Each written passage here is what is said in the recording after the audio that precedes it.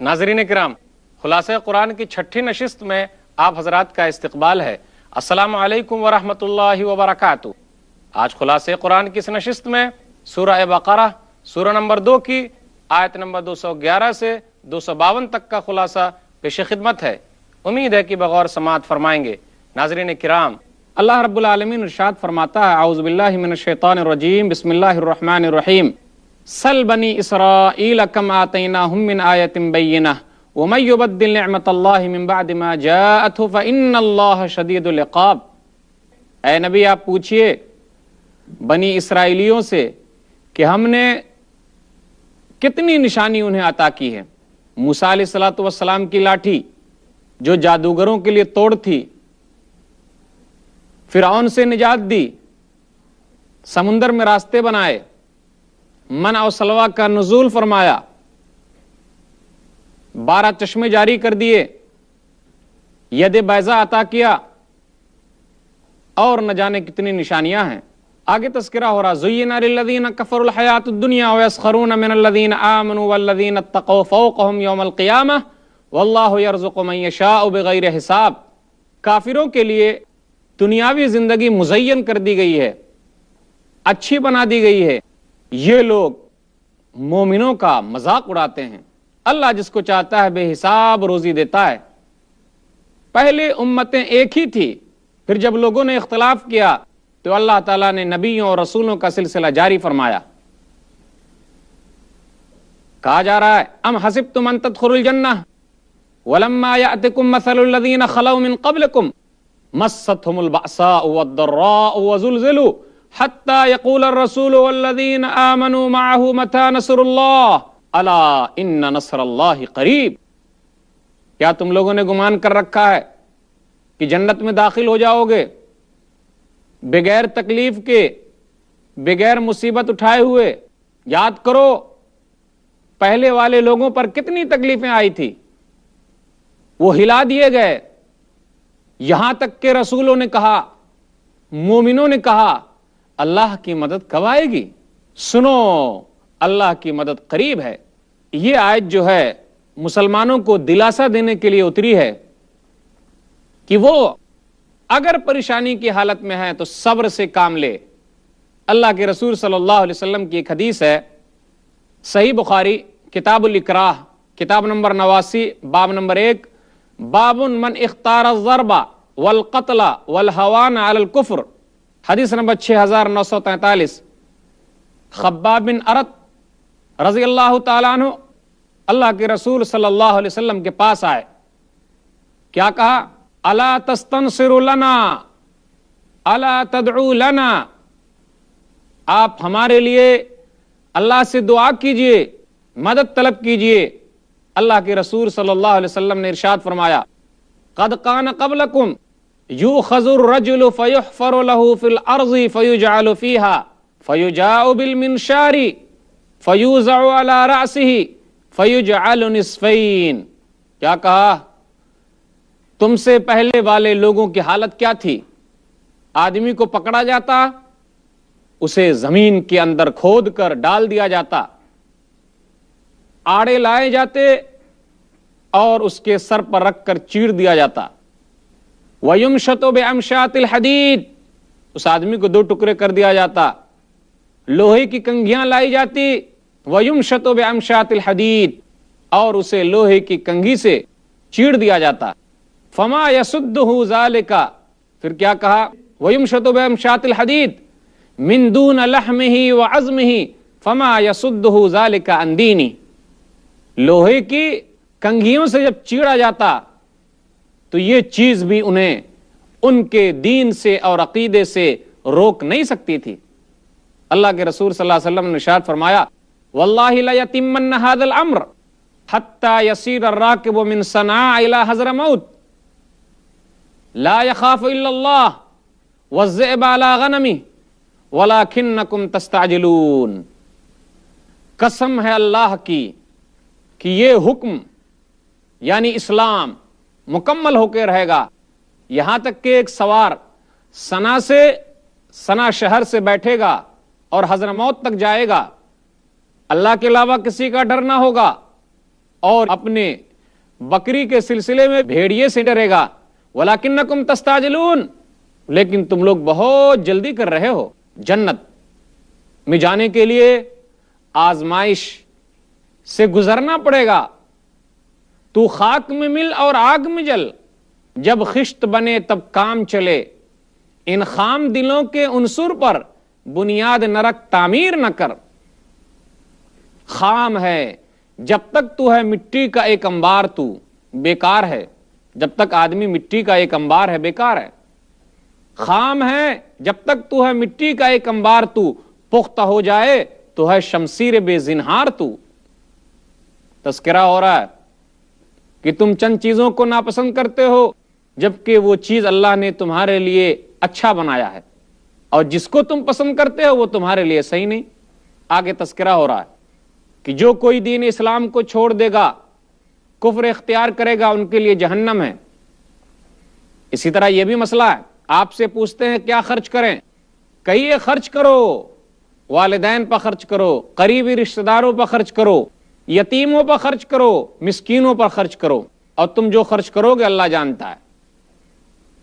شراب کے بارے میں پہلی آیت اتر رہی ہے، یسألونک عن الخمر والمیسر قل فیہما اسم کبیر ومنافع للناس واسمہما اکبر من نفعہما.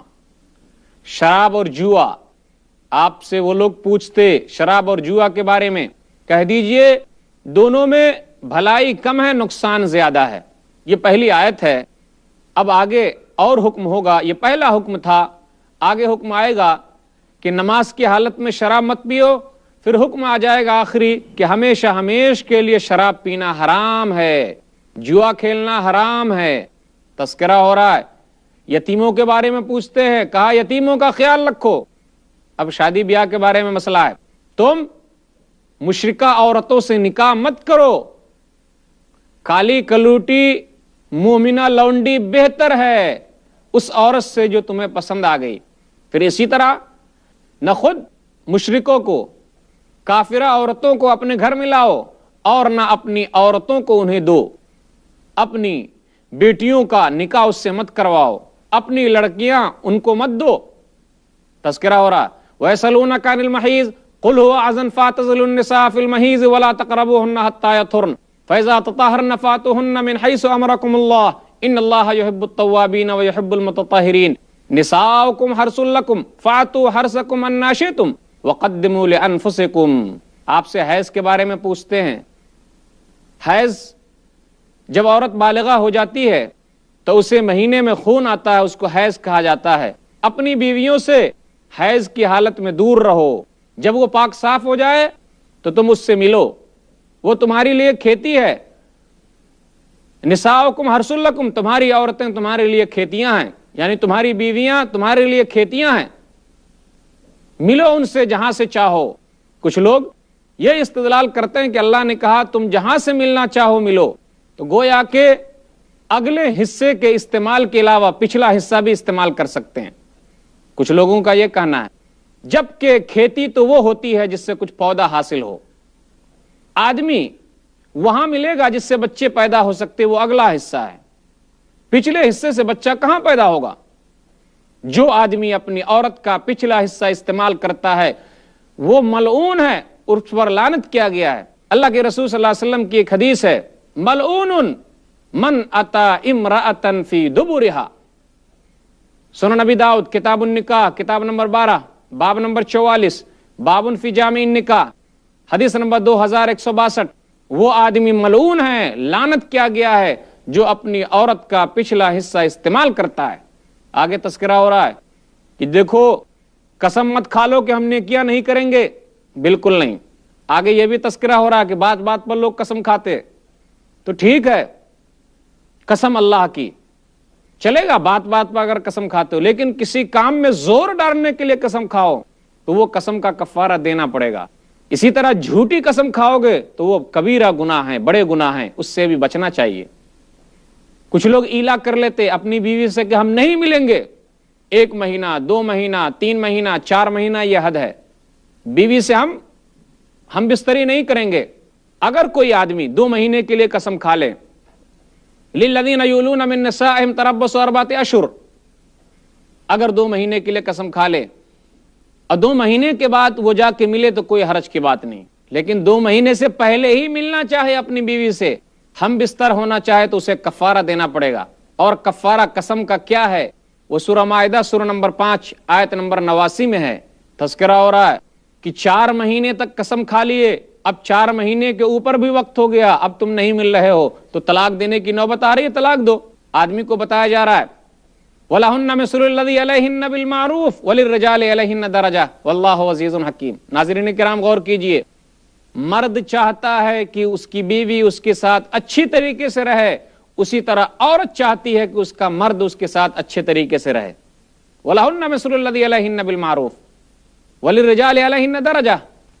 اب طلاق دینے کا طریقہ بتایا جا رہا، الطلاق مرتان، طلاق 2 مرتبہ ہے۔ یہاں یہ نہیں کہا الطلاق طلقتان، طلاق 2 طلاق ہے، نہیں، مرتن کا لفظ آیا، طلاق دینے کا طریقہ بتایا جا رہا ہے 3 مرتبہ، فَإِمْسَاكُمْ بِمَعْرُوفٍ أَوْ تَسْرِيحٌ بِإِحْسَانٍ۔ 2 طلاق دے دیے، بات نہیں جم رہی ہے تو 3 مرتبہ اپنے پاس رکھو یا پھر ہمیشہ ہمیشہ کے لیے جدا کر دو۔ پھر بیچ میں ایک لفظ اور آ گیا، فِي مَفْتَدَتْ بِهِ، طلاق تو مرد کا حق ہے، اسی طرح خلا عورت کا حق ہے کہ عورت مہر دے دے، پھر وہ خلا لینا چاہے تو لے سکتی ہے۔ آگے تذکرہ ہو رہا، فَإِن طَلَّقَهَا فَلَا تَحِلُّ لَهُ مِن بَعْدُ حَتَّى تَنكِحَ زَوْجًا غَيْرَهُ۔ 3 طلاق ہو گئی ہے، اب وہ آدمی کے اوپر وہ بیوی حرام ہو گئی۔ جب تک وہ بیوی دوسرے مرد سے شادی نہیں کر لیتی اور دوسرا اسے طلاق نہیں دے دیتا، اس وقت تک دوبارہ وہ بیوی، وہ عورت پہلے والے شوہر کے لیے حلال نہیں ہو سکتی۔ ہمارے معاشرے کے اندر اس کو حلال کرنے کے لیے جو طریقہ رائج کیا گیا ہے، اللہ کے رسول صلی اللہ علیہ وسلم نے اس پر لعنت فرمائی ہے۔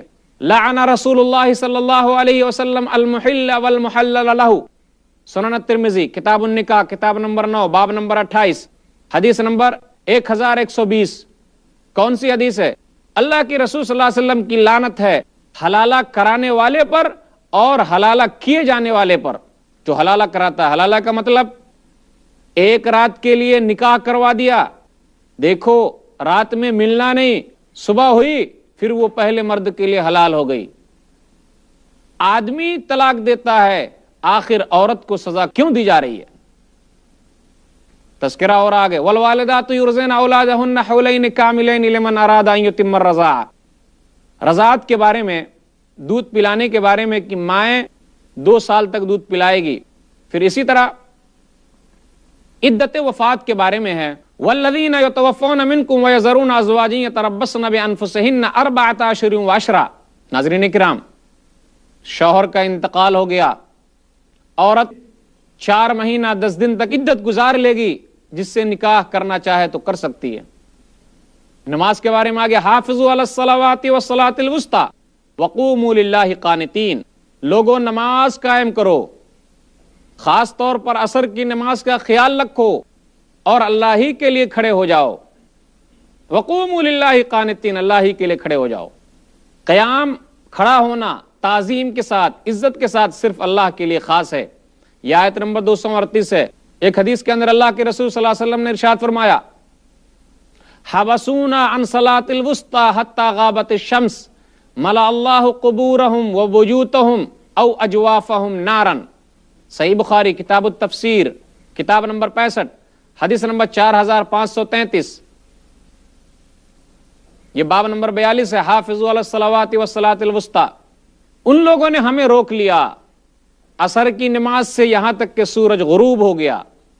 اللہ تعالیٰ ان کی قبروں کو، ان کے گھروں کو آگ سے بھر دے یا اس کے پیٹوں کو آگ سے بھر دے۔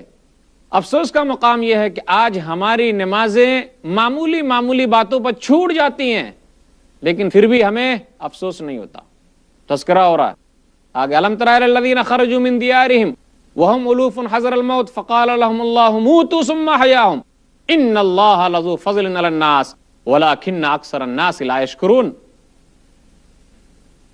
1000 لوگ نکلے، اللہ تعالیٰ نے انہیں موت دے دی، پھر اللہ نے انہیں زندہ کر دیا۔ دنیا کے اندر یہ مثال اللہ نے اس لیے دی ہے، کہ جب وہ 1000 آدمی کو دنیا میں زندہ کر کے دکھلا سکتا ہے تو وہ کئی ہزار لوگوں کو دوبارہ زندہ کیوں نہیں کر سکتا؟ بالکل کر سکتا ہے، وہ اس بات پر قادر ہے۔ حزقیل نبی کے بارے میں آتا ہے کہ ان کی دعا کے بعد یہ لوگ زندہ ہو گئے تھے، انہوں نے اللہ سے دعا فرمائی، اللہ نے انہیں زندہ کر دیا لوگوں کو۔ آگے تذکرہ ہو رہا ہے یہودیوں ہی کا، موسیٰ علیہ الصلوۃ والسلام کے بعد سے وحی کا سلسلہ منقطع ہو گیا، لوگوں نے دعا کی تو اللہ تعالیٰ نے شمویل نبی کو بھیجا، وہ نبی تھے۔ یہودیوں نے کہا کہ ہمیں ایک بادشاہ چاہیے، ہم بادشاہ کی کمانڈرنگ میں جہاد کریں گے، جنگ کے لیے جائیں گے۔ نبی نے دعا کی، وقال لهم نبيهم ان الله قد بعث لكم طالوت ملكا قالوا ان يكون له الملك علينا ونحن احق بالملك منه ولم يؤت سعة من المال قال ان الله اصطفاه عليكم وزاده بسطة في العلم والجسم والله يؤتي ملكه من يشاء والله واسع عليم۔ طالوت جو تھے ان کو بادشاہ بنایا گیا، وہ غریب خاندان سے تھے، بنی اسرائیل کے ان خاندان میں سے نہیں تھے جن میں لوگ بادشاہ ہوا کرتے تھے، بلکہ وہ عام فوجی تھے اور غریب آدمی تھے۔ اللہ نے انہیں بادشاہ بنایا، کمانڈر بنایا ان لوگوں کا۔ ان لوگوں نے کہا اس کے پاس مال بھی نہیں ہے، کیسے یہ ہم پر بادشاہ ہو سکتے؟ تو اللہ نے کہا کون آدمی کمانڈر ہو سکتا ہے، بادشاہ ہو سکتا ہے؟ جو علم میں بہتر ہو اور طاقت میں بہتر ہو، یہ دو چیز ہے۔ پھر فرشتے ان کی مدد کے لیے آئے، تابوت لے کر آئے جو موسیٰ اور ہارون کے زمانے کا تھا، یادگار کے طور پر، تاکہ یہ پتا چلے کہ طالوت کو بادشاہ بنایا گیا ہے۔ طالوت کمانڈر بن کر یہودیوں کو لے کر نکلے، کہا آگے نہر آ رہی ہے، نہر ہے آگے، کوئی بھی آدمی پانی نہ پیے۔ دیکھا کمانڈر نے کہا پانی نہیں پینا ہے، لیکن وہ لوگ اپنے کمانڈر کی بات مانے، بولے ہاں اگر پیاس لگے تو ایک چلو پانی پی لینا۔ تمام کے تمام لوگوں نے پانی پی لیا، صرف چند لوگوں نے پانی نہیں پیا۔ مفسرین کا خیال ہے کہ 313 تھے جنہوں نے پانی نہیں پیا، اپنے کمانڈر کی بات مانی۔ کم من فئۃ قلیلۃ غلبت فئۃ کثیرۃ باذن اللہ ولما برزوا لجالوت وجنود قالوا ربنا افرغ علينا صبرا وثبت اقدامنا وانصرنا على القوم الكافرین۔ تذکرہ ہو رہا ان لوگوں کا، کہا آگے جالوت کا لشکر ہے۔ طالوت یہ کمانڈر ہیں بنی اسرائیل کے، یہودیوں کے سامنے مقابلہ ہو رہا ہے جالوت سے جو کمانڈر ہے قوم عمالقہ کا۔ یہودیوں نے کہا کہ سامنے تو بہت بڑا لشکر ہے، اتنا بھاری لشکر ہے، ہم اس سے نہیں لڑ سکتے، ہمارے پاس طاقت نہیں ہے، ہم ان سے نہیں لڑ سکتے، طاقت نہیں ہے ہمارے پاس۔ کمانڈر وہ ہوتا ہے جو رب سے دعا بھی کرے، ربنا افرغ علینا صبر وثبت اقدامنا وانصرنا علی القوم الکافرین، اے ہمارے رب تو ہمیں صبر دے، ہمارے پاؤں کو جمائے رکھ، اور تو ہماری مدد فرما ان کافر قوم کے خلاف، اور ہماری مدد کر ان کافر قوم پر۔ اللہ تعالیٰ نے اپنے حکم سے جو جالوت کا لشکر تھا ان کو شکست دے دی۔ کون؟ داؤد علیہ الصلوۃ والسلام کے ذریعے۔ داؤد علیہ الصلوۃ والسلام اس وقت نبی نہیں بنے تھے، ایک عام فوجی تھے جو طالوت کے فوج میں تھے اور ان کے ساتھ جالوت کی قوم سے لڑ رہے تھے، یہ بنی اسرائیل میں سے تھے۔ آخر داؤد علیہ الصلوۃ والسلام نے جالوت کو مار دیا اور یہ جنگ وہ لوگ جیت گئے۔ اللہ نے کہا تلک آیات اللہ نتلوها علیک بالحق وانک لمن المرسلین، یہ اللہ کی آیتیں ہیں، یہ اللہ کی نشانیاں ہیں جو ہم آپ کو حقانیت کے ساتھ بیان کر رہے ہیں، بے شک آپ رسولوں میں سے ہیں۔ کیونکہ یہ واقعات، طالوت کا واقعہ، جالوت کا واقعہ، نہر کا واقعہ، یہ تمام واقعات جو آپ بیان کر رہے ہیں اے محمد، آپ نے کسی کتاب کو نہیں پڑھا ہے اور آپ نے کسی سے سیکھا بھی نہیں ہے، تو یہ بات اس بات پر دلیل ہے کہ آپ کو وحی کے ذریعے تمام چیزیں بتائی گئی ہے۔ ناظرین کرام غور کیجئے، جو باتیں بتائی گئی بنی اسرائیل پر نعمتوں کا تذکرہ ہے۔ جنت میں جانا آسان نہیں بلکہ آزمایا جائے گا۔ پھر عورتوں کے مسائل ہیں، حیض کے مسائل ہیں، پھر ایلا کے مسائل ہیں، قسم کھا لیے تو کیا کرنا ہے، طلاق کے مسائل ہیں، پھر خلا کا مسئلہ ہے، رضاعت کا مسئلہ ہے، نماز کی اہمیت ہے، پھر اللہ تعالیٰ کی طاقت دکھانا مقصود ہے کہ وہ 1000 آدمی کو دنیا میں مردہ کر کے زندہ کر دیا تو وہ اس بات پر قادر ہے کہ قیامت کے دن تمام لوگوں کو زندہ کرے۔ یہودیوں کا تذکرہ ہے، طالوت اور جالوت کا واقعہ ہے، پھر آخر میں کہا گیا یہ اللہ کی نشانیاں ہیں، یہ آپ کے سچے نبی ہونے کی دلیل ہے۔ اللہ تعالیٰ سے دعا ہے اللہ تعالیٰ ہم لوگوں کو ان باتوں کو اچھی طرح سمجھنے کی اور پھر ان پر عمل کرنے کی توفیق دے، آمین۔ سبحان ربک رب العزت عما یصفون وسلام علی المرسلین والحمد للہ رب العالمین، والسلام علیکم